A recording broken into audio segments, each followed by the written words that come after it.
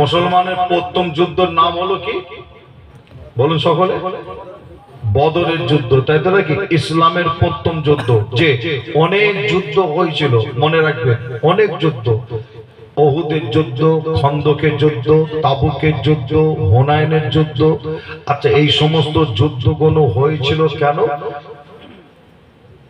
বলুন? ইসলামকে জিন্দা করার জন্য, কোরআনকে জিন্দা করার জন্য, দ্বীনকে জিন্দা করার জন্য, শরিয়তকে জিন্দা করার জন্য এই সমস্ত যুদ্ধগুলো হয়েছিল। আর যুদ্ধগুলো হয়েছিল কখন? আপনাদের বলে যায়, আমার আপনার নবী, সাহাবা, হুজুরগণদের নিয়ে, অর্থাৎ মুসলমানকে নিয়ে আল্লাহর রাসূল আগে বেরে কোন জায়গায় যুদ্ধ করতে গেছে? যে না, আগে বেরে কোন জায়গায় যায়নি। যুদ্ধগুলো হলো কখন? যে যখন কাফেররা আমার নবীর উপরে, সাহাবা হুজুরদের উপরে জানলিয়া হামলা যখন করতে এসেছিল, ওই সময় সাহাবা হুজুররা নিজের জানকে বাঁচানোর জন্য সেই সময় তিনারাও যুদ্ধের ময়দানে নেমে ডিফেন্স করেছিলেন, অর্থাৎ মোকাবেলা করেছিলেন। ফরমা দিয়া কমলি वाले ने दीन मिला, ईमान मिला, पढ़ने के लिए कुरान मिला,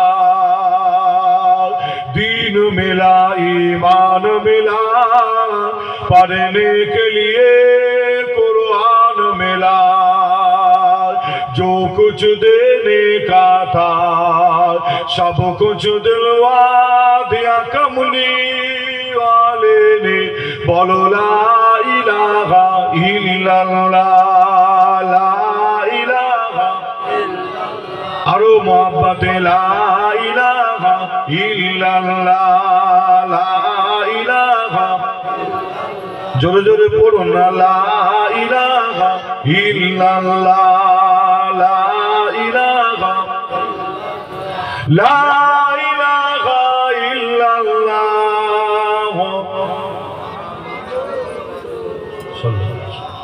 وقال الله تعالى في كلام المجيد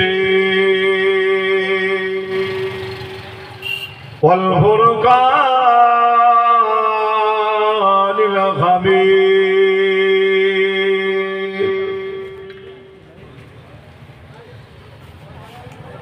وما خلقت الجن والإنس إلا ليعبدون।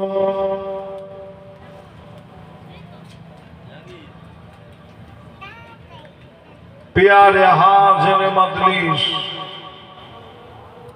আমার দিনদার নেককার আল্লাহওয়ালা, আমার মুরব্বী, আমার চাচাজান বোনেরা, আমার জওয়ান যুবক ভাইয়েরা, পর্দার অন্তরের আড়ালে অবস্থিত আমার মা ও বোনেরা, উলামায়ে কেরাম, হাফেজে কোরআন, আল্লাহ তাআলার হাজী বান্দা গণেরা, আমার গ্রামবাসী ভাইজানেরা, দূর দূরান্ত দেখেন আগত আমার ভাইজান, আজকে কারে এই মাহফিলের জলসার কমিটি সাহাবান গণেরা, খেদমাতে আপনাদের কাছে হাজির হয়েছি।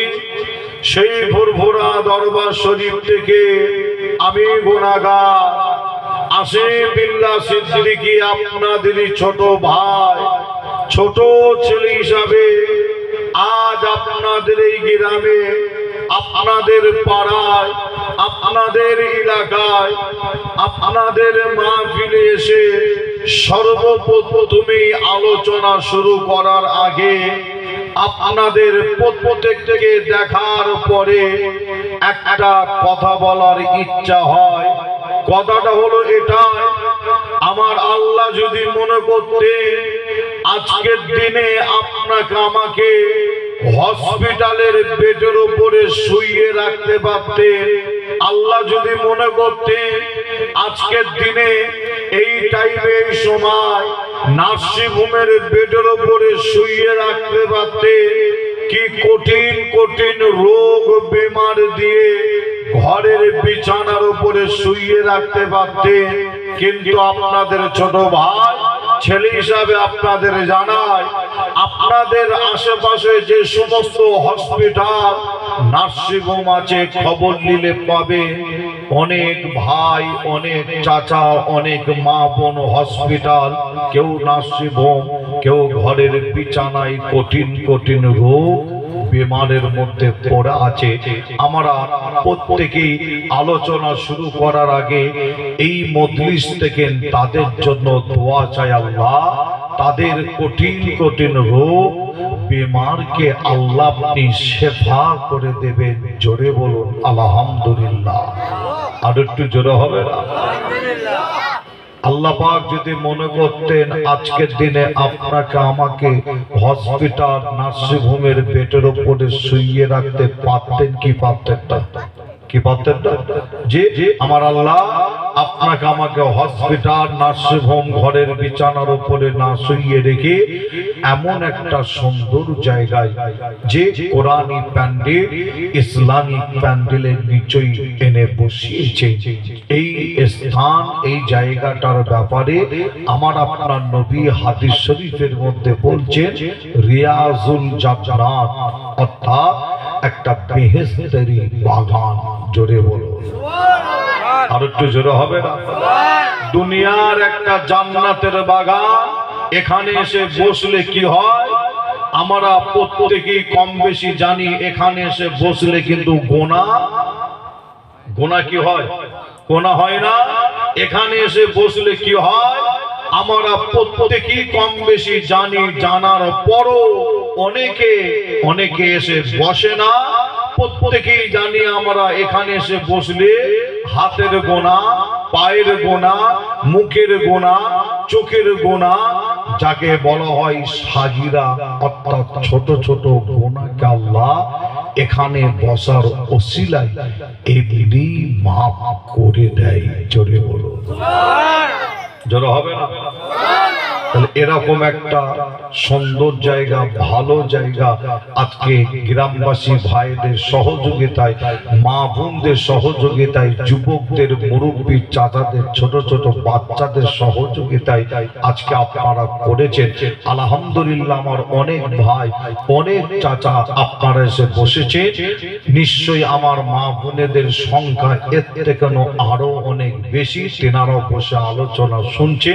যে কিন্তু আপনাদের ছোট ভাই ছেলে হিসাবে পাশাপাশি এটাও বলে যায়, যদি কমিটির ভাইরা এখানটায় অন্যরকম যদি একটু ব্যবস্থা করতো, অর্থাৎ গানের ব্যবস্থা, যাত্রার ব্যবস্থা, নাটকের ব্যবস্থা, ফাংশনের ব্যবস্থা যদি করত, আমার মনে হয় এই গ্রামের, এই পাড়ার যুবকদের, মুরব্বী চাচাদের কথা বলছি না, তখন এই গ্রামের, এই পাড়ার বিশেষ করে যুবকদের এই স্থান, এই জায়গাটাই কিন্তু জায়গা দেয়া যেত। বলুন বলুন সকলে, দেয়া যেত কি? তখন জায়গা দেয়া যেত না। এই যে প্যান্ডেলের চতুর্দিকে ঘিরে রেখেছে, ওদিকে জায়গা আছে কিনা জানি না। যদি জায়গা থাকতো তখন এগুলোকে খুলে দিতে হতো, ঠিক না ভুল? যে যদি এখানে অন্যরকম কিছু একটা ব্যবস্থা হতো, কারণ ইবলিস শয়তান সব সময় মুসলমানকে যে ভালো কাজে আসতে বাধা দেয়, ভালো কাজে এসে বসতে বাধা দেয়। ইবলিস শয়তান সব সময় মুসলমানকে ভালো জায়গায় যেতে বাধা দেয়, ভালো কাজ করতে বাধা দেয়। আর সব সময় ইবলিস শয়তান মুসলমানকে টেনে নিয়ে যায় কোথায়? গোনার কাজে টেনে নিয়ে যায়। তবে আপনাদের ছোট ভাই ছেলে হিসাবে আপনাদের জানাই যে অনেক হাদিস শরীফ আছে, আপনারা নাম শুনেছেন বিভিন্ন হাদিস শরীফ। যে একটা হাদিস শরীফ আছে, যে হাদিসটার নাম হচ্ছে বুখারী শরীফ, নিশ্চয়ই আপনারা নাম শুনেছেন। আপনারা অনেকে হাদিসটাও পড়েছেন, নাম হলো বুখারী শরীফ। আর এই বুখারী শরীফ খুললে আপনারা দেখতে পাবেন, হাদিস শরীফের মধ্যে পাওয়া যায় যে একটা যুদ্ধের ময়দানের নাম পাওয়া যায়। হাদিস শরীফের মধ্যে একটা যে আপনার যুদ্ধের ময়দানের নাম একটা পাওয়া যায়, আর ওই যুদ্ধের ময়দানটার নাম হাদিস শরীফ সাক্ষী দিচ্ছে যে বদরের যুদ্ধ, বদরের লড়াই। আপনাদের কাছে যদি জানতে চাই মুসলমানের প্রথম যুদ্ধ অর্থাৎ ইসলামের প্রথম যুদ্ধটার নাম কি আপনারা বলতে পারবেন? মুসলমানের প্রথম যুদ্ধের নাম হলো কি বলুন সকলে? বদরের যুদ্ধ, তাই তো নাকি? ইসলামের প্রথম যুদ্ধ। যে অনেক যুদ্ধ হয়েছিল, মনে রাখবেন, অনেক যুদ্ধ। ওহুদের যুদ্ধ, খন্দকের যুদ্ধ, তাবুকের যুদ্ধ, হুনাইনের যুদ্ধ। আচ্ছা, এই সমস্ত যুদ্ধগুলো হয়েছিল কেন বলুন? ইসলামকে জিন্দা করার জন্য, কোরআনকে জিন্দা করার জন্য, দ্বীনকে জিন্দা করার জন্য, শরিয়াতকে জিন্দা করার জন্য এই সমস্ত যুদ্ধগুলো হয়েছিল। আর যুদ্ধগুলো হয়েছিল কখন আপনাদের বলে যায়, আমার আপনার নবী, সাহাবা, হুজুরগণদের নিয়ে, অর্থাৎ মুসলমানকে নিয়ে আল্লাহর রাসূল আগে বেরে কোনো জায়গায় যুদ্ধ করতে গেছে যে না, আগে বেরে কোনো জায়গায় যায়নি। যুদ্ধগুলো হলো কখন? যে যখন কাফেররা আমার নবীর উপরে, সাহাবা হুজুরদের উপরে জানলিয়া হামলা যখন করতে এসেছিল, ওই সময় সাহাবা হুজুররা নিজের জানকে বাঁচানোর জন্য সেই সময় তেনারাও যুদ্ধের ময়দানে নেবে ডিফেন্স করেছিলেন, অর্থাৎ মোকাবেলা করেছিলেন। এক কথায় হাত বেঁধে বসেছিলেন যে না, কেন ইসলাম শরিয়াত বলছে কি জানেন, আপনি আপনার নিজের জান বাঁচানোর জন্য যে কাজটা আপনি করবেন এটা হচ্ছে একটা ফরজ কাজ। একবার জোরে বলুন সুবহানাল্লাহ। আর একটু জোরে হবে না? আপনাদের যদি আমি একটু ক্লিয়ার করে আরো বোঝানোর যদি চেষ্টা করি নিশ্চয়ই বুঝতে পারবেন। ধরেন এখানে আপনারা এসেছেন, আজকে বসে আলোচনা শুনছেন, যে এখানে বসে আছে একজন ব্যক্তি ওই দিক থেকে আসছে, তার হাতে একটা অস্ত্র আছে, যে ওই ব্যক্তিটা অস্ত্র হাতে করে নিয়ে আসছে, আপনার উপরে জানলিয়া হামলা করার জন্য আসছে। আপনি দেখতে পাচ্ছেন ও আসছে আমাকে জানলিয়া হামলা করবে, বলে আপনি এটা দেখার পরে আপনি করবেন কি? এখানে আপনি চুপ করে হাত বেঁধে বসে থাকবেন বলে মনে হয়? বলুন, একটু উত্তর দেন। হাত বেঁধে চুপ করে বসে থাকবেন কি? বসে থাকবেন না।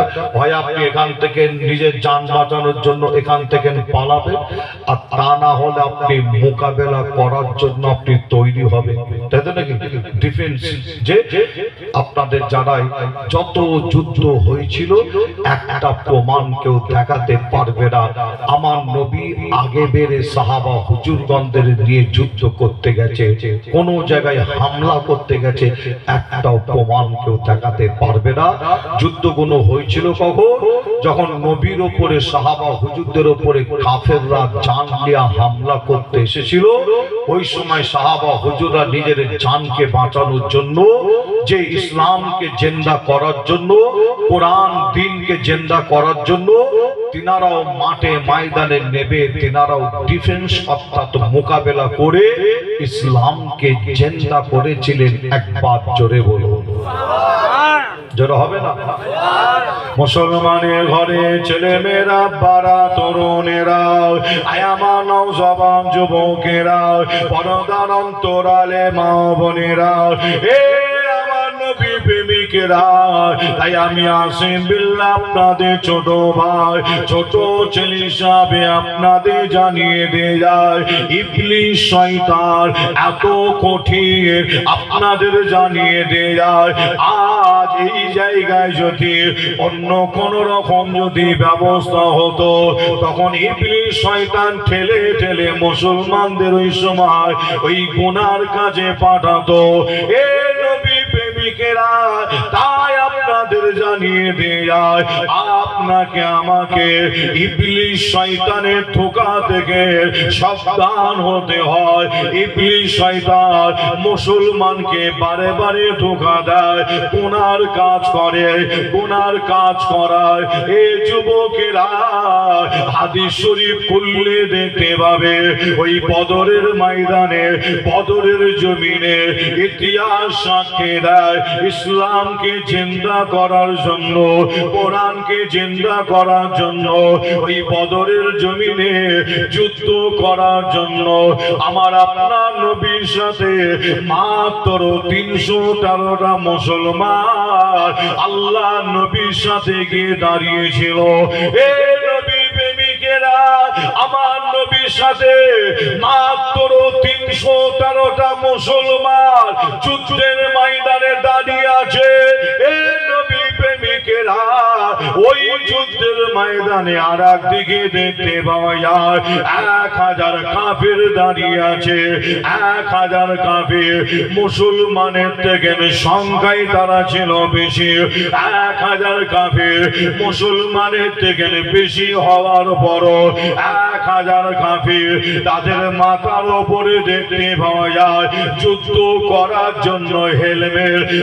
1000 কাফের মুসলমানের থেকে বেশি হওয়ার পর তাদের শরীরে দেখতে পাওয়া যায় যুদ্ধ করার জন্য লোহা টেরে। 1000 কাফের তাদের কাছে দেখতে পাওয়া যায় প্রত্যেকের কাছে একটা একটা করে সওয়ারি দেখতে পাওয়া যায়, কেউ ঘোড়ার পিঠের উপরে।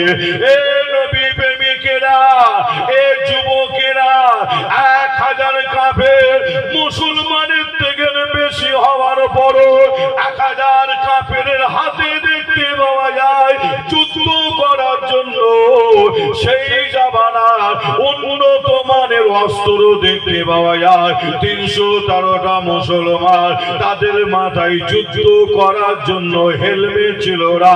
ওই যুদ্ধের ময়দানে 313টা মুসলমান তাদের শরীরে লোহার ড্রেস ছিল না।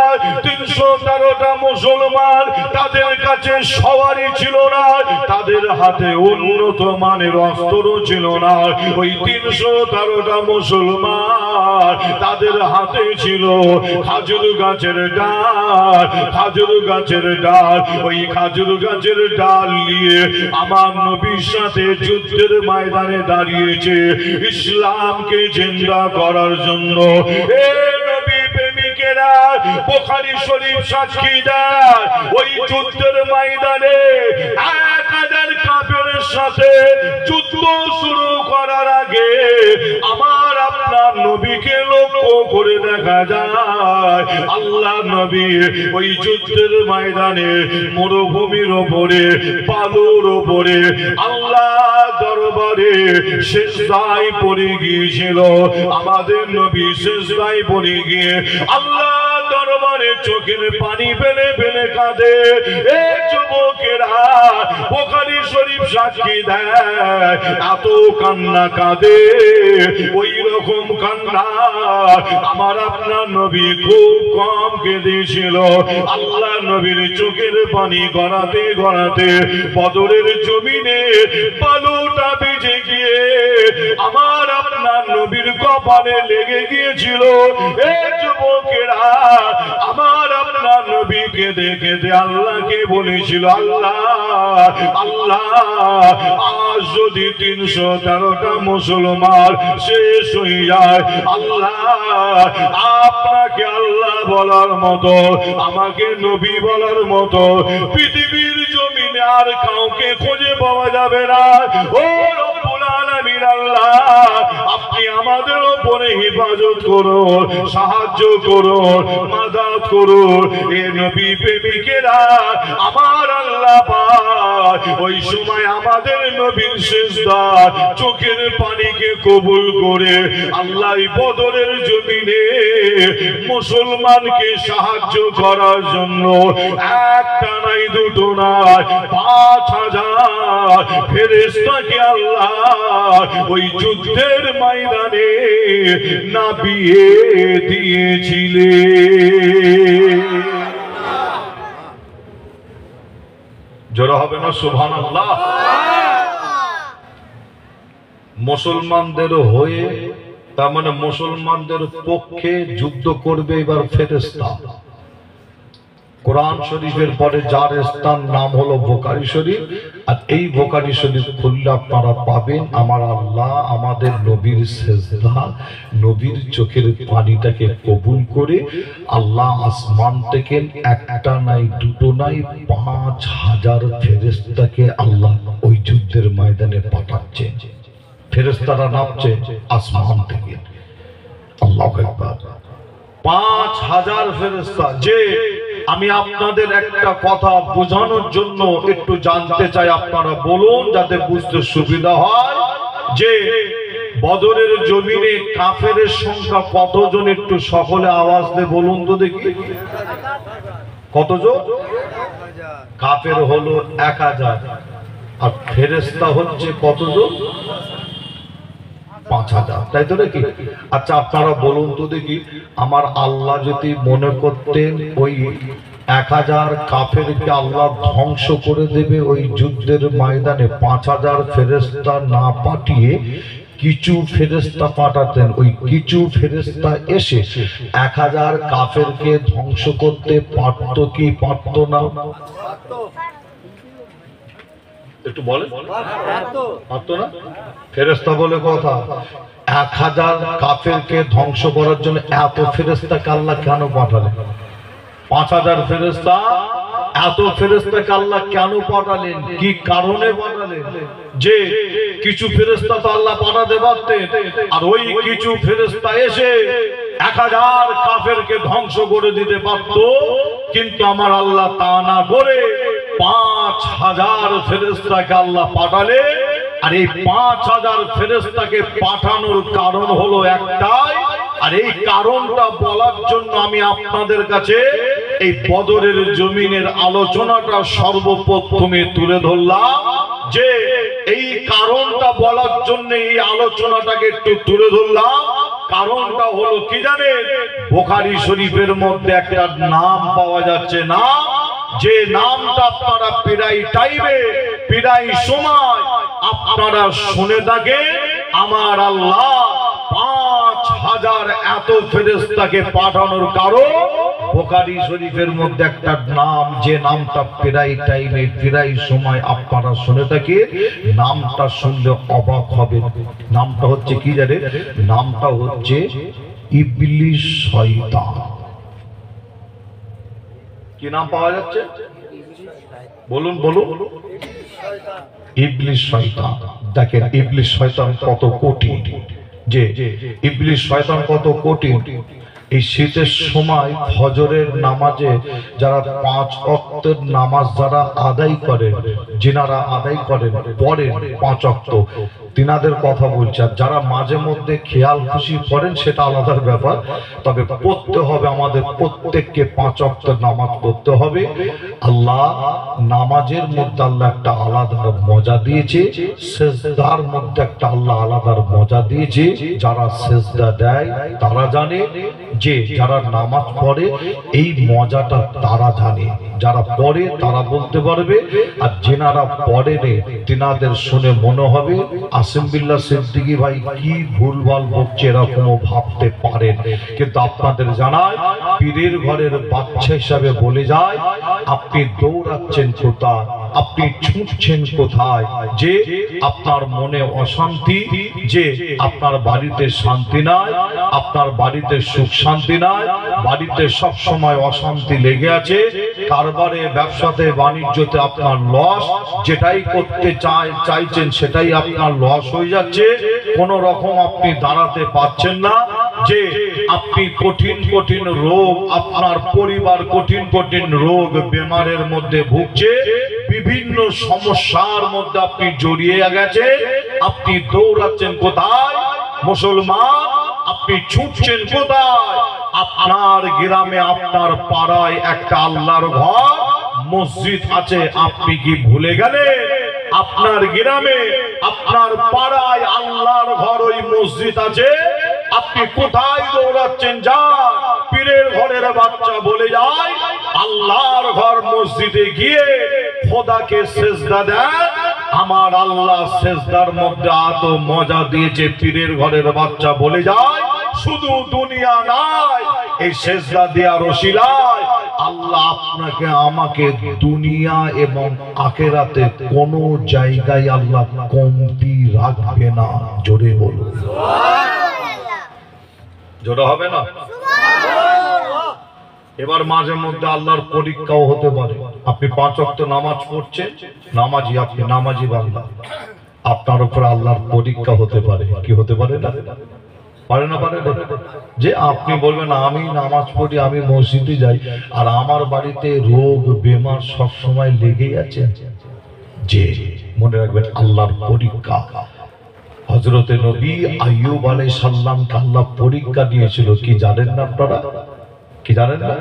নবী আইয়ুব আলাইহিস সালামের গোটা শরীরে আল্লাহ কি দিয়েছিলেন? ঘা। আর সেই ঘায়ে পোকা, এত পোকা হয়ে গেল নবীর বডিটাকে পোকাতে খেয়ে ঝাঁঝরা করে দিচ্ছে। যে এত ঘা, ওই ঘায়ে এত পোকা, গ্রামের মানুষ নবীকে তাড়িয়ে দিচ্ছে গ্রাম থেকে। পাড়ার মানুষ তাড়িয়ে দিয়েছিল। যে আর নবী আইয়ুব আলাইহিস সালাম গিয়ে আশ্রয় নিয়েছিলেন কোথায়? একটা পাহাড়ের নিচে একটা গুহা। সেই গুহার ভেতরে গিয়ে নবী আইয়ুব আলাইহিস সালাম আশ্রয় নিলেন। যে নবী আইয়ুব আলাইহিস সালামের গোটা শরীরে ঘা আর পোকা খেতে লাগে। আর ওই পোকা খেতে খেতে খেতে খেতে নবী আইয়ুব আলাইহিস সালামের জবান অর্থাৎ মুখের কাছে যখন পোকাটা চলে এসেছে, ওই সময় নবী আইয়ুব আলাইহিস সালাম আল্লাহকে বলেছিলেন, আল্লাহ আল্লাহ, আমি এই জবান দিয়ে আল্লাহ আপনার গুণগান গাই, আল্লাহ এই জবান দিয়ে আপনার তাসবিহ পড়ি, আল্লাহ এই জবান দিয়ে আল্লাহ আপনাকে আমি আল্লাহ আল্লাহ বলে ডাকি। আল্লাহ আমার এই জবানটাকে যদি পোকাতে খেয়ে নেয়, আল্লাহ আপনার গুণগান গাইব কিভাবে, আপনার তাসবিহ পড়ব কিভাবে, আপনার নামে জিকির করব কিভাবে। যে এখানে একটা জিনিস আপনাকে আমাকে প্রত্যেককে বুঝতে হয়, জানতে হয়, সেটা হলো কি? যে নবী আইয়ুব আলাইহিস সালামের গোটা শরীরে ঘা, সেই ঘায়ে পোকা, পাড়ার মানুষ তাড়িয়ে দিল, গ্রামের মানুষ তাড়িয়ে দিল, কিন্তু আইয়ুব নবী একবারও আল্লাহর দরবারে দোয়া চাইলে যে আল্লাহ আমার শরীরটাকে সুস্থ করে দেন, ভালো করে দেন। দোয়া চাইছেন কখন? যখন জবানের কাছে পোকা, তখন নবী আল্লাহকে বলছে, আল্লাহ এই জবান দিয়ে আল্লাহ আপনাকে আল্লাহ আল্লাহ আল্লাহ বলে ডাকি, এই জবানটাকে যদি পোকাতে খেয়ে নেয় কিভাবে আল্লাহ আপনাকে আল্লাহ আল্লাহ বলে ডাকবো। আল্লাহ আমার এই জবানটাকে আল্লাহ আপনি হেফাজত করুন, হেফাজত করুন। এই কথাটা শুনে আমার আল্লাহ আইয়ুব নবীর উপরে আল্লাহ এত খুশি হয়ে গেছিলেন। খুশি হয়ে গিয়ে আইয়ুব নবী আলাইহিস সালামের গোটা শরীরটাকে সুস্থ করে ভালো করে দিয়েছিলেন। জোরে হবে না? মোবাইলে সার্চ করুন, হাদিস শরীফে তো আপনি পাবেন, কিতাবে পাবেন। আর যুবক ভাইদের কাছে প্রত্যেকের কাছে মোবাইল আছে না? কি না আছে না? মুরব্বী চাচাদের কাছে এখন আছে, মা বোনেদের কাছে আছে। মোবাইল যেমন ভালো, আর একদিক থেকে কি, আর একদিক থেকে খারাপ। খারাপ মানে কঠিন খারাপ। আপনাদের বোঝানোর জন্য যদি বলি, এই মোবাইল একটা ফ্যামিলিকে ধ্বংস করে দিতে পারে, পারে না? ধ্বংস করেও দিয়েছে। কি হয় না? এই মোবাইলের কারণে। মোবাইল যেমন ভালো আবার খারাপ।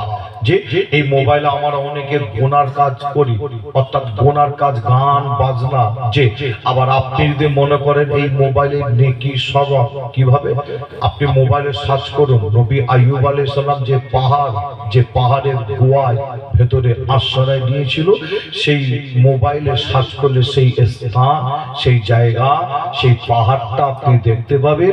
দেখার পরে আল্লাহ দরবারে যদি আপনি শুকরিয়া আদায় করেন, এই শুকরিয়া আদায় করার কারণে আল্লাহ আপনার আমলনামায় নেকি লিখে দেন।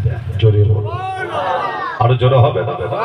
মুসলমানের ঘরে ছেলে মেয়েরা, পাড়া তরুণেরা, আয়ামা নওজওয়ান যুবকেরা, পর্দার অন্তরালে মা বোনেরা, এ আমার নবী প্রেমিকেরা, তাই আপনাদের ছোট ভাই ছোট ছেলে হিসাবে আপনাদের জানিয়ে দিয়ে যায়, আমাদের প্রত্যেকের কাছে মোবাইল ফোন আছে। মোবাইলটা আপনাকে আমাকে ঠিকভাবে ব্যবহার করতে হয়, সঠিকভাবে ব্যবহার করতে হয়। আমি আসেম বিল্লাহ মনে করি বর্তমান সময় একজন মুসলমান, একজন পিসায়ের, একজন পিজ্জাদার, একজন ইমাম সাহেব, একজন হাফেজ সাহেব, একজন মাওলানা সাহেব, একজন মুফতি সাহেব, একজন মুসলমান। আমি আসিম বিল্লাহ মনে করি এই মোবাইল থেকে আমাদের অধিকাংশ গুনার কাজ এই মোবাইল ফোন থেকে আমরা করে ফেলি। এই মোবাইলটা যদি ভালো কাজে ব্যবহার করতে পারে নেকি সওয়াব পাবে। আপনি ভালো কাজে ব্যবহার করবেন কিভাবে আপনাদের জানিয়ে দিয়ে যায়। আমার আল্লাহ এই পৃথিবীর জমিনটাকে আল্লাহ কত সুন্দর করে আল্লাহ সাজিয়েছে। এ মুসলমানেরা একবার পৃথিবীর জমিনটা চেয়ে দেখে আমার আল্লাহ এই পৃথিবীর জমিনে কিছু জায়গায় আল্লাহ পাহাড় দিলে, কিছু জায়গায় জঙ্গল দিলে, কিছু জায়গায় মরুভূমি দিলে, কিছু জায়গায় সমুদ্র দিলে। আমাদের আল্লাহ এই পৃথিবীর জমিনটাকে কত সুন্দর করে সাজিয়ে দিল। এই নবী প্রেমিকেরা মোবাইলটা খুলে আপনি দেখেন পৃথিবীর জমিনে এমন একটা পাহাড় আছে যে পাহাড়টা আল্লাহ জান্নাতে প্রবেশ করবে। পুরো পাহাড়টা আল্লাহর জান্নাতে যাবে। এই পাহাড়টা আপনি মোবাইলে দেখো, পাহাড়টা মোবাইলে দেখে আল্লাহ দরবারে যদি শুকরিয়া আদায় করে আমার আল্লাহ এই শুকরিয়া আদায় করার কারণে আল্লাহ আপনার আমলনামায় নেকি লিখে দেবে। আরো জোরে বলুন সুবহানাল্লাহ। এ নবী প্রেমিকেরা তাই আপনাদের জানিয়ে দিয়ে যায় ওই পাহাড়টার নাম বলে দিয়ে যায়। পৃথিবীর জমিনে অনেক পাহাড় আছে, একটা পাহাড় আল্লাহর জান্নাতে যাবে। পুরো পাহাড়টা জান্নাতে প্রবেশ করবে। ওই পাহাড়টার নাম মিশকাত শরীফের মধ্যে পাওয়া যায়, মিশকাত শরীফের মধ্যে পাওয়া যায়। পাহাড়টার নাম বলা হয় উহুদের পাহাড় বলা হয়, উহুদের ময়দান বলা হয়, উহুদের জমিন বলা হয়, উহুদের পাহাড় বলা হয়। একটা পাহাড় আছে মদিনা শরীফে, ওই পাহাড়টার নাম উহুদ পাহাড়। হাজী সাহেবরা নিজের চামড়ার চোখে দেখে আসে। আমি আসিম বিল্লাহ একবার নাই দুবার নাই আল্লাহ আমাকে বেশ কয়েকবার নিয়ে গেছিল। আমি আসিম বিল্লাহ নিজের চামড়ার চোখে দেখে এসেছি। হাদিস শরীফ সাক্ষী দেয়, হাদিস শরীফ সাক্ষী দেয়। আল্লাহ নবী জানার আমার আপনার নবী বলে উহুদ পাহাড়টা আমি রাসূলুল্লাহ আমাকে ভালোবাসে। আর আমার আপনার নবী জানার আমি নবী উহুদ পাহাড়টাকে আমি রাসূলুল্লাহ ভালোবেসে থাকি। জোরে হবে না? পাহাড়টার নাম কি? উহুদের পাহাড়, উহুদের ময়দান, উহুদের জমিন। ওখানেও একটা যুদ্ধ, ওখানে একটা লড়াই হয়েছিল ইসলামকে জিন্দা করার জন্য, কোরআনকে জিন্দা করার জন্য, দ্বীন শরিয়াতকে জিন্দা করার জন্য। যুদ্ধটার নাম উহুদের যুদ্ধ, উহুদের লড়াই। আমি একটা যুদ্ধর আলোচনা করতে করতে ছেড়ে রেখে এসেছি, নাম হচ্ছে বদর। আবার উহুদের যুদ্ধ আলোচনা করতে গেলে সময় লাগে, তবে আপনাদের এতটুকুন বলে যাই আমার আপনার নবী বলছেন উহুদ পাহাড়টা আমি রাসূলুল্লাহ আমাকে ভালোবাসে। আর আমার আপনার নবী বলছে আমি নবী উহুদ পাহাড়টাকে ভালোবাসি। হাদিস শরীফ সাক্ষী দেয় ওই পাহাড়টা, পুরো পাহাড়টা আল্লাহর জান্নাতে যাবে।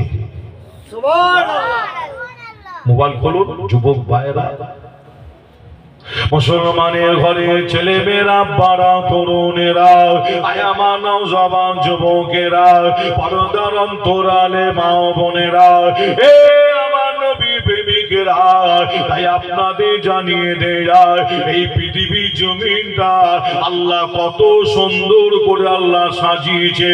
এই পৃথিবীর জমিনে এমন একটা নদী আছে যে নদীটাকে বলা হয় জান্নাতি নদী বলা হয়, জান্নাতের নদী বলা হয়। এই পৃথিবীর জমিনে অনেক অনেক নদী আছে, অনেক সমুদ্র আছে। এই নবী প্রেমিকেরা, এই পৃথিবীর জমিনে এমন একটা নদী আছে যে নদীটাকে বলা হয় জান্নাতি নদী, জান্নাতের নদী বলা হয়। ওই নদীটার নাম নীল নদ নদী বলা হয়। নামটা মনে রাখবে। একবার আপনি বাড়িতে গিয়ে যখন শোবেন, আলোচনা শোনার পরে আপনি মোবাইলে একবার সার্চ করে ওই নীল নদ নদীটা একবার দেখো। এই নীল নদ নদী দেখার পরে আল্লাহ দরবারে যদি আপনি একবার শুকরিয়া আদায় করেন, এই শুকরিয়া আদায় করার কারণে আমার আল্লাহ আপনার আমল নামায় নেকি লিখে দেয়। আরো জোরে বলুন সুবহানাল্লাহ। এ নবী প্রেমিকেরা, এই নীল নদ নদীটা কোথায় আপনাদের বলে দিয়ে যায়। মিশর বলে একটা দেশ আছে, মিশরের জমিনে নীল নদ নদীটা আপনি পেয়ে যাবে। এ যুবকেরা, এই নীল নদ নদীর কথা যখন বলেছি আপনাদের এতটুকু জানিয়ে দিয়ে যায়। একজন নবী ছিল, যিনার নাম হযরত নবী ইউসুফ আলাইহিস সালাম। নাম শুনেছে ইউসুফ নবী, ইউসুফ নবী। হযরত নবী ইউসুফ আলাইহিস সালামকে শত ভাইরা জানে মারার জন্য ইউসুফ নবীকে একটা কুয়াতে ধাক্কা দিয়ে ফেলে দিয়েছিল, কুয়ার মধ্যে ফেলে দিয়েছিল। এই ঘটনা আপনারা কম বেশি শুনে থাকতে পারে, তবে আমি আসিম বিল্লাহ এতটুকু বলে দিয়ে যায়, আমার আল্লাহ পাক ইউসুফ নবীকে ওই কুয়া থেকে তুলে আল্লাহ মিশরে বাদশাহ করে দিয়েছিলেন। আরো জোরে বলুন সুবহানাল্লাহ। এ নবী প্রেমিকেরা, তবে আপনাদের জানিয়ে দিয়ে যায় আমার আল্লাহ পাক হযরত নবী ইউসুফ আলাইহিস সালামকে মিশরের বাদশাহ করেছিল, কিন্তু ইউসুফ নবী ইন্তেকাল করেছিল। আল্লাহ তাকে সাড়া দিয়েছিল, ইউসুফ নবী ইন্তেকাল করেছিল। ওই মিশরের জমিনে, মিশরের মাটিতে ইউসুফ নবীর ইন্তেকালের পরে দেখতে পাওয়া যায় মিশরের মানুষের মধ্যে বিশাল একটা দ্বন্দ্ব, একটা ঝামেলা শুরু হয়ে গেল। এ নবী প্রেমিকেরা, ইতিহাস সাক্ষী দেয় সেই সময়, সেই টাইমে ইউসুফ নবীর তিনার জানাজার নামাজও হয়নি। হুজুরের লাশ মোবারক জমিনের উপরে ইউসুফ নবীর ইন্তেকালের পরে মিশরের মানুষের মধ্যে দ্বন্দ্ব ঝামেলা দেখা দিল। কিসের দ্বন্দ্ব, কিসের ঝামেলা দেখা দিল? ইতিহাস সাক্ষী দেয়, কেউ বলে ইউসুফ নবীর কবর মোবারক এখানে হবে, আবার কেউ বলে না না ইউসুফ নবীর কবর মোবারক এখানে হবে, আবার বলে না না ইউসুফ নবীর কবর মোবারক আমার এলাকায় হবে, আবার কেউ বলে না আমার এলাকায় হবে। এরকম একটা পরিস্থিতি তৈরি হয়ে গেল। এই যুবকেরা, ওই সময় মিশরের মানুষেরা তারা সকলে বসে আলোচনা করেছিল, তাহলে এক কাজ করা যাক, ইউসুফ নবীর কবর মোবারক হবে নীল নদ পানিতে।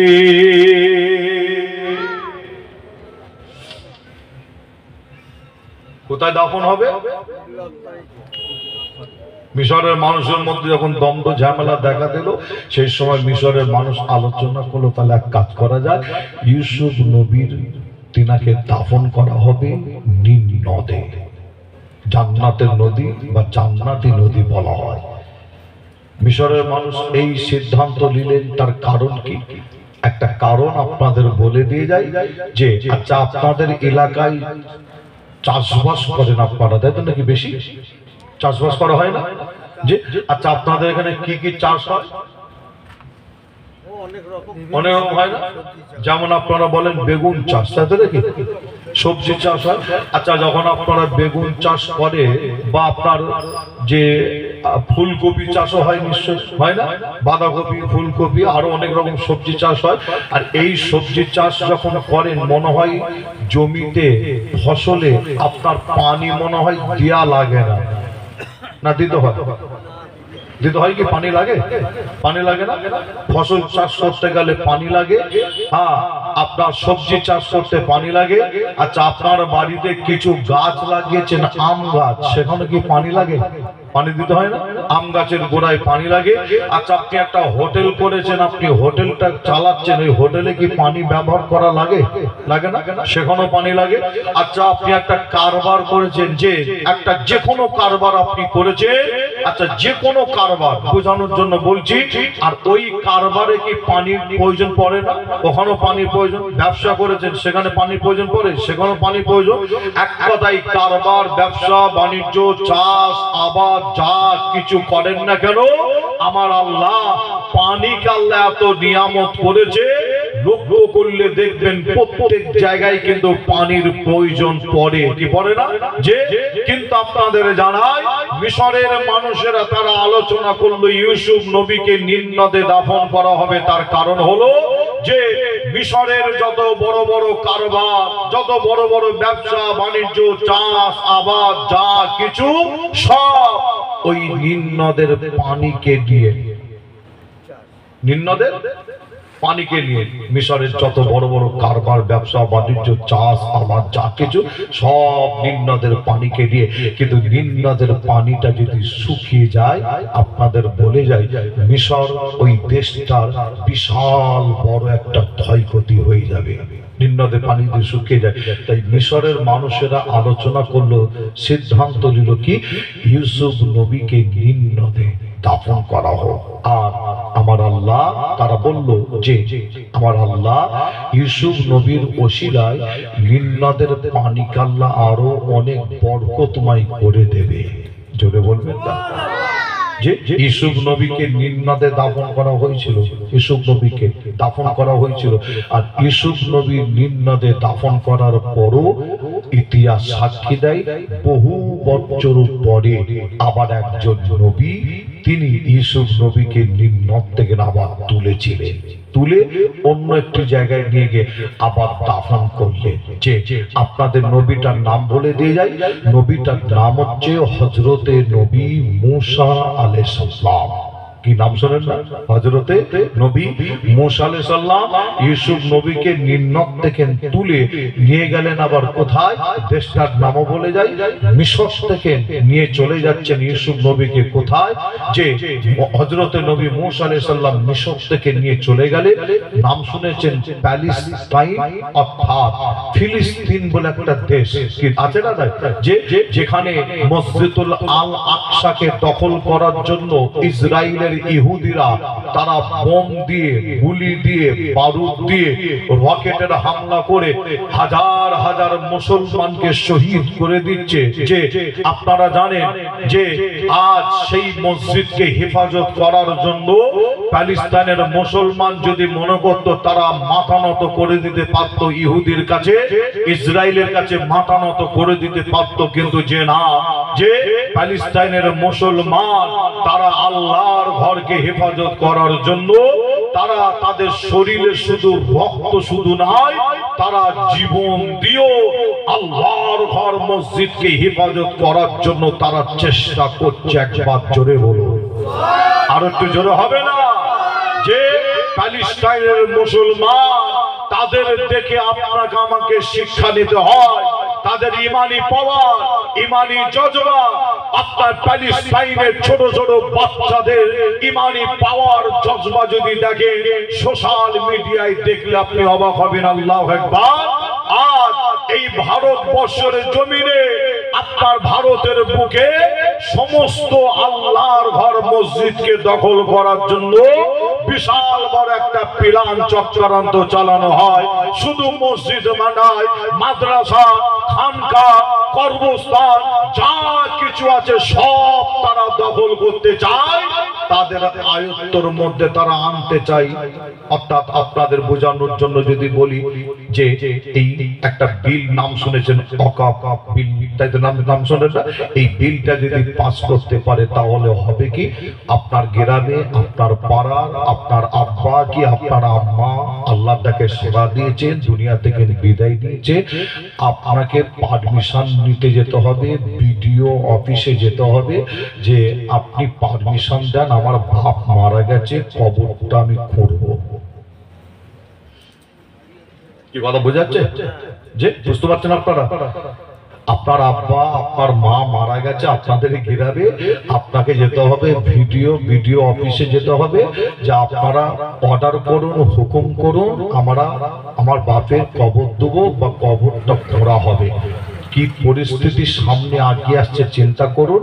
2025 যে আমি আসিম বিল্লাহ সিদ্দিকী একটা মেসেজ প্রায় জায়গায় দিচ্ছি এই কারণে, আর আমার এই মেসেজটা দেওয়ার পরে যে অনেকে আমাকে ভুল বুঝছে, যে আবার আপনার সংখ্যাটা তাদের কম, কিন্তু অধিকাংশ মানুষ আমার মেসেজটা শোনার পরে তারা বলছে যে ভাইজান আপনার মেসেজ, আপনি সঠিক পথে আছেন, সঠিক রাস্তায় আছেন, আপনি আগিয়ে যান। আমার অনেক মুরব্বী চাচা তারাও দোয়া করছে, আমার এখানে অনেক মুরব্বী চাচা এরকম আছেন আরো অনেক জায়গায় মাহফিলে, বিভিন্ন জায়গায়, বিভিন্ন স্থানে আমার জন্য দোয়া তারাও চাইছে। আশা করছে আপনারা এখানে আছেন, দোয়া চাইবে। আমার যুবক ভাই মা বোনেরা আপনারা দোয়া চাইবে। আমার মেসেজ হচ্ছে এটাই যে বর্তমান সময় আপনারা লক্ষ্য করে দেখো, এই 2025 কঠিন সময়, কঠিন টাইম, যে কখনো ট্রেনের ভেতরে যুবককে মারতে মারতে মেরে দেওয়া হয়, এটা আসিম বিল্লাহ সিদ্দিকী বানিয়ে কথাটা বলছে যে না। আপনারা দেখবেন ট্রেনের ভেতরে আমার এক মুরব্বী চাচার দাঁড়ি ধরে পর্যন্ত টানা হয়। হাফেজ সাহেব ট্রেনে সফর করছে, সে হাফেজকে মারতে মারতে মেরে দেওয়া হয়। আপনারা লক্ষ্য করলে দেখতে পাবেন সেটা হলো কি, যে আজমির শরীফ হিন্দুস্তানের বাদশাহ গরিবে নওয়াজ খাজা মঈনুদ্দিন চিশতি আজমিরি হুজুরের মাজার শরীফ জিয়ারত করার জন্য পশ্চিম বাংলা থেকে বিভিন্ন জেলা থেকে মানুষ যায়, হুজুরের মাজারে গিয়ে দোয়া নেন। যে এই পশ্চিম বাংলার বিভিন্ন জেলা থেকে মানুষ যাচ্ছিলেন, রাস্তার ধারে বাস দাঁড় করিয়ে দিয়ে নামাজ পড়ছে, আল্লাহর নামাজ আপনার আদায় করছে, রাস্তার ওপরে নাই, রাস্তার সাইডে, কিন্তু তাদের আপনার ওই রাস্তার উপরে দাঁড় করিয়ে কান ধরে ওঠবোস করানো হয়েছে। সেই ভিডিও নিশ্চয়ই আপনারা দেখেছেন। এই পশ্চিম বাংলায় আপনারা লক্ষ্য করলে দেখবেন, কখনো বলা হয় মুসলমানের সিনাই ডাইরেক্ট গুলি করে করে মারা হবে, সোশ্যাল মিডিয়া খুললে পাবে। আমার মা বোনেদের নিয়ে বাজে আপনার বাজে কমে মাঝে বক্তব্য দেওয়া হয়, যে আবার কখনো পশ্চিম বাংলায় আওয়াজ তোলা হয় মুসলমানকে লাথি মেরে আপনার ঘাট ধাক্কা দিয়ে পাকিস্তান বাংলাদেশে পাঠানো হবে। বিভিন্ন রকম আপনারা দেখছেন যে 25 সাল কঠিন সময়, কঠিন টাইম। আর আজকের যদি খবর আমি বলি, আপনারা শুনলে অবাক হবে। আমাদের হুগলি জেলা একটা জায়গা আছে, নাম হচ্ছে হরিপাল। আমাদের ফুরফুরা শরীফের খুবই কাছাকাছি হুগলি জেলা হরিপাল বলে একটা জায়গা আছে। ওই জায়গায় একটা কর্মস্থান, সেই কর্মস্থানের ওপরে যে বর্তমান যে সরকার আছে, আমি বর্তমান সরকারের বিরোধিতা করছি, যে মনে রাখবেন, যে আমাকে ভুল বুঝবেন না, আমি কারো পক্ষে কারো বিরুদ্ধে নাই, তবে এতটুকু ইসলামের বিরুদ্ধে যে বলে আমি তারও বিরুদ্ধে, মুসলমানের বিরুদ্ধে যে বলে আমিও তার বিরুদ্ধে, কোরআনের বিরুদ্ধে যারা চক্রান্ত করে আমিও তার বিরুদ্ধে। যে বর্তমান যে আপনার পশ্চিম বাংলায় যে সরকার আছে, যে রাজ্য সরকারে যে কিছু আপনার গুন্ডা বাহিনী তারা আমাদের ফুরফুরা দরবার শরীফের পাশে আপনার জায়গাটার নাম হলো আপনাদের বলে যায় আপনার হরিপাল। এই হরিপালে একটি তারা মেলা করছে কর্মস্থানের জায়গার উপরে, অর্থাৎ কবরের উপরে জোর করে তারা মেলা করছে। সেখানে আমারই এক ভাই, আপনারা সোশ্যাল মিডিয়ায় প্রায় টাইমে প্রায় সময় দেখে থাকেন আপনারা, আমারই এক ভাই সেখানে গেছে, প্রতিবাদ করছে। আমি আসেন বিল্লাহ আপনাদের এই জলসার আসার কারণে আমিও আপনার যাব ইনশাল্লাহ। এই মেলাকে বন্ধ করতে হবে, আমিও যাব, সেখানে গিয়ে প্রতিবাদ জানাবো। এবং এখান থেকে আমি আসেন বিল্লাহ শুধু নয়, আমরা প্রত্যেকে রাজ্য সরকারকে অনুরোধ করব, আপনার এই ক্ষমতাকে কিছু ব্যক্তি অপব্যবহার করছে, যে এই অপব্যবহার না করতে না পারে সেদিকে আপনি নজর দেন, খেয়াল দেন। আর এই অপব্যবহার যদি এইভাবে করে, গরিবের উপর অত্যাচার, গ্রামে গ্রামে পাড়ার পাড়ায় গরিবের উপর অত্যাচার, গরিবের উপরে জুলুম, গরিব মানুষকে জোর করে আপনার গরিব মানুষের জোর করে জমি দখল করে নিয়া, গরিব মানুষের জোর করে দোকান পুড়িয়ে দিয়া, গ্রামে গ্রামে পাড়ায় পাড়ায় এরকম হাজারো ঘটনা ঘটে।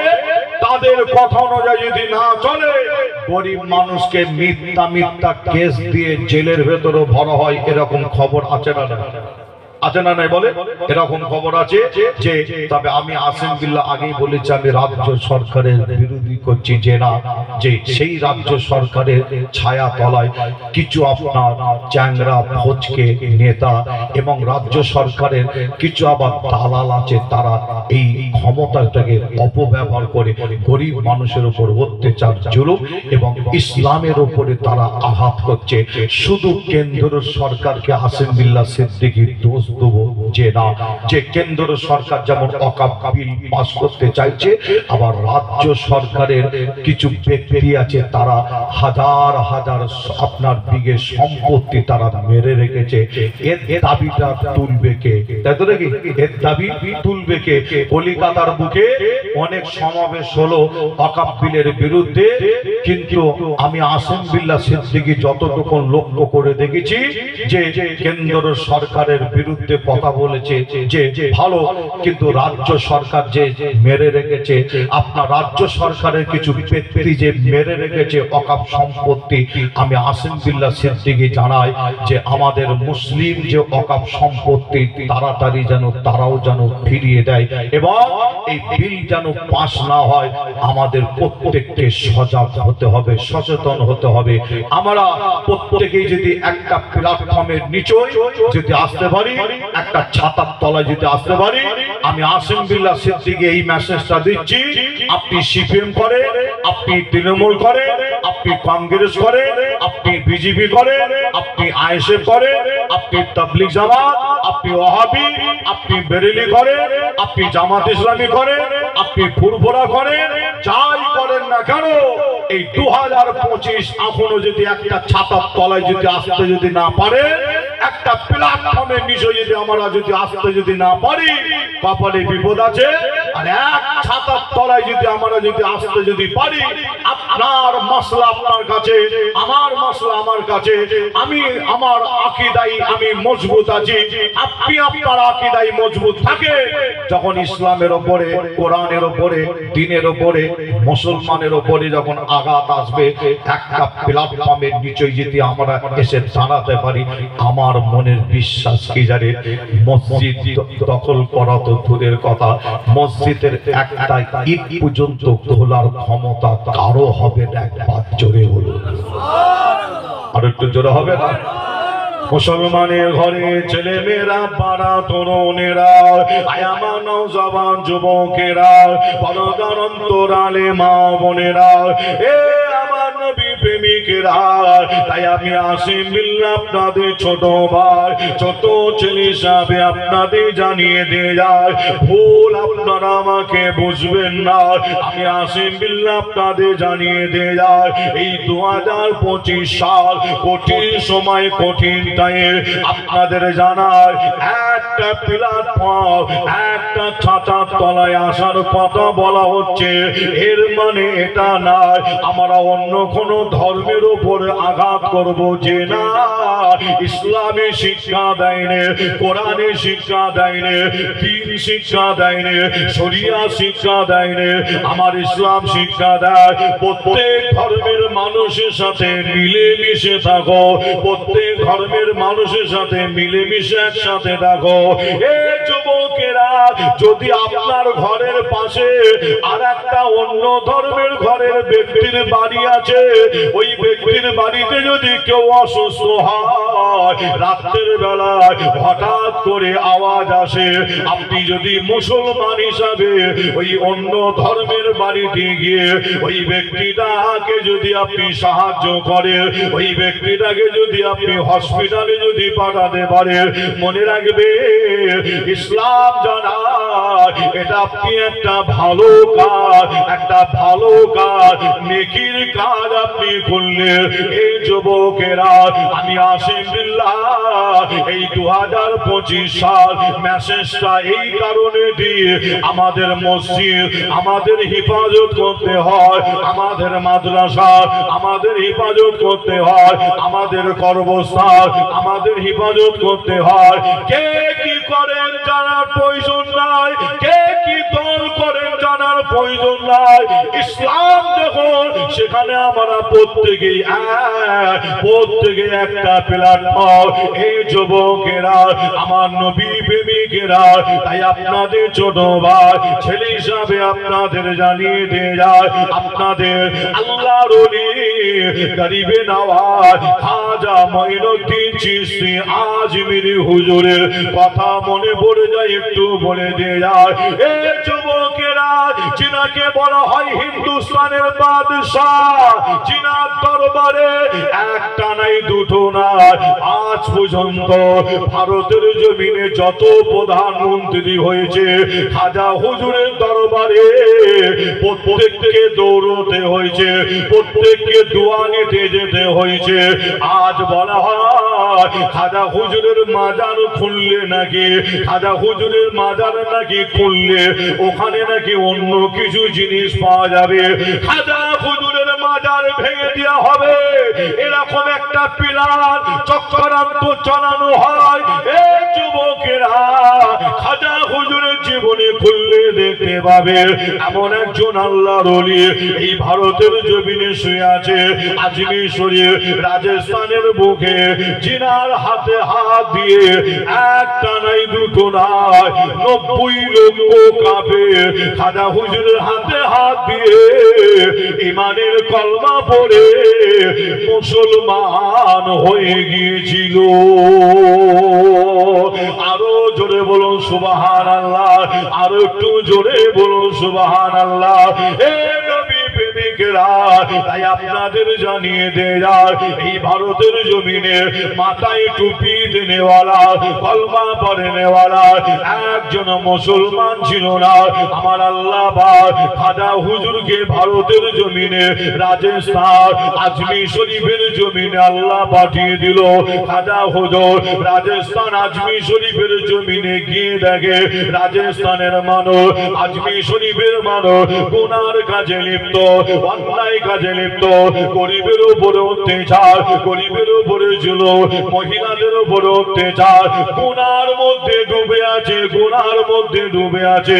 খাজা হুজুরের সভায় ওই সমস্ত মানুষগুলোকে আপনার গুনাহ থেকে ভালো কাজে আনার জন্য, অন্যায় থেকে ভালো কাজে আনার জন্য ওই রাজস্থান আজমির শরীফের জমিনে খাজা হুজুর কলমা দাওয়াত, ইসলামের দাওয়াতটা দিয়েছিল।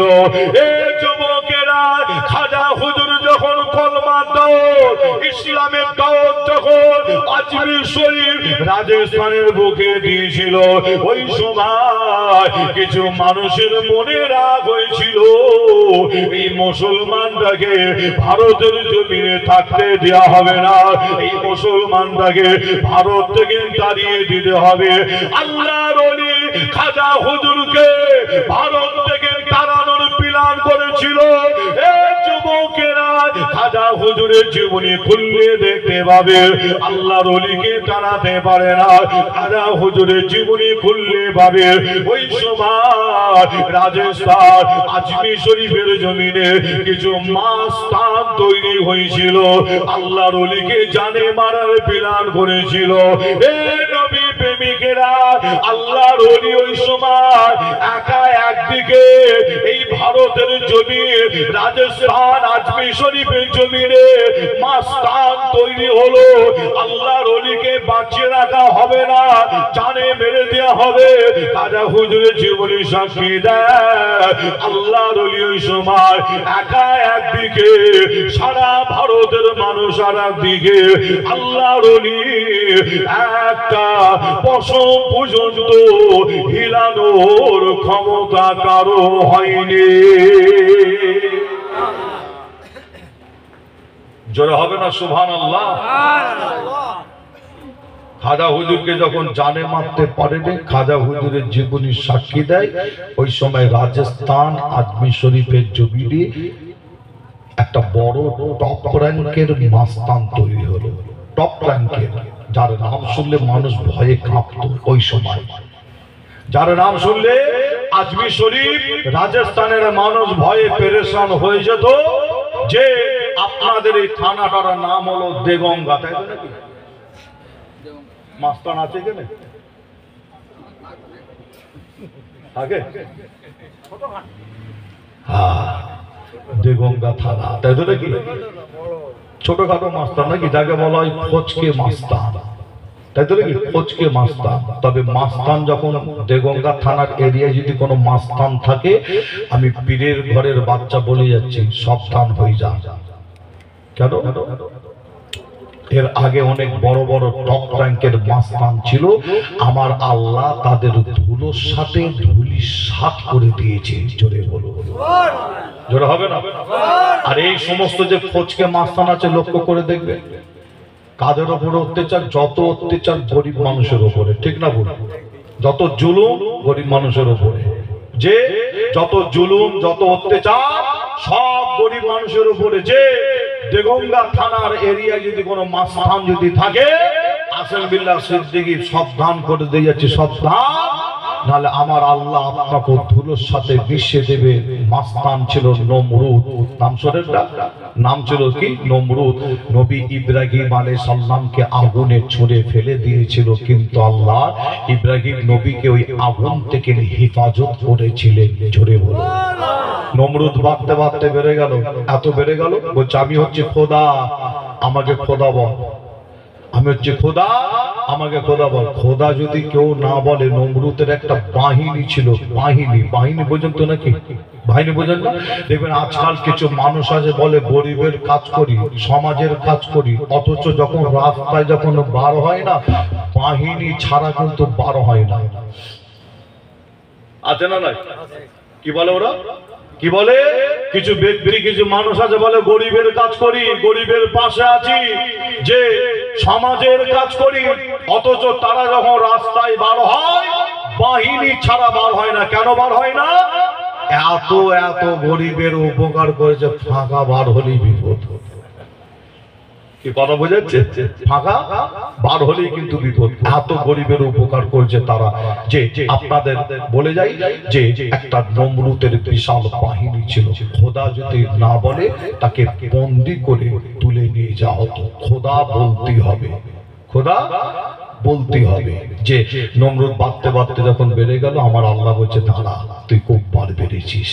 আমার আল্লাহ করলো কি জানে? একটা মশাকে পাঠাচ্ছে নমরুদের সাথে মোকাবেলা করার জন্য। কাকে পাঠাচ্ছে?